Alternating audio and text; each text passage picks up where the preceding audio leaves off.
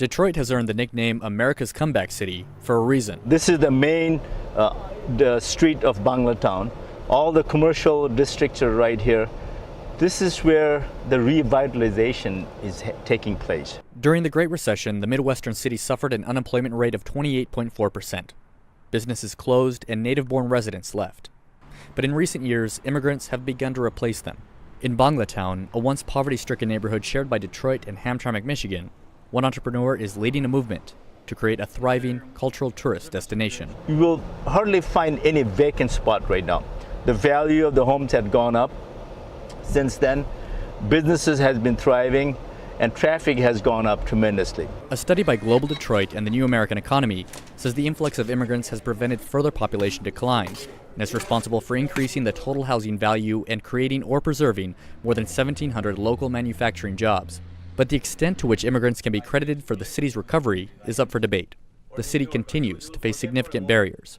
Political scientist Stanley Renchon says it's misleading to consider immigrants a magic bullet. You increase the overall financial welfare numbers in the country, but the people who benefit most from that are the immigrants themselves. And that's fine. You know, we want them to prosper. But please don't tell me that what you're doing is saving the country or the city or the town. The Trump administration argues that low-skilled immigrants take away opportunities for native-born Americans.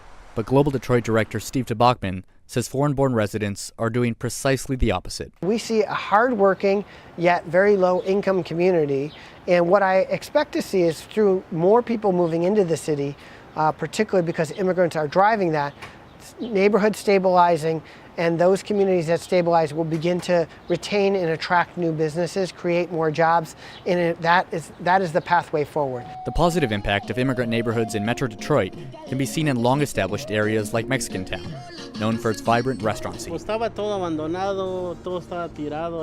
Jalisco native Jose de Jesus Lopez is owner of one of the neighborhood's longest-serving Mexican restaurants, a thriving business in a once-abandoned lot. The secret to his success, he says, is patience. We need to think of Detroit as our home, where people will feel safe, and that's happening little by little. The greatest changes won't happen overnight. They happen slowly, and that's part of believing in oneself, believing in Detroit. In Lopez's words, the American dream is about creating something that can outlive him and that will continue to provide for others.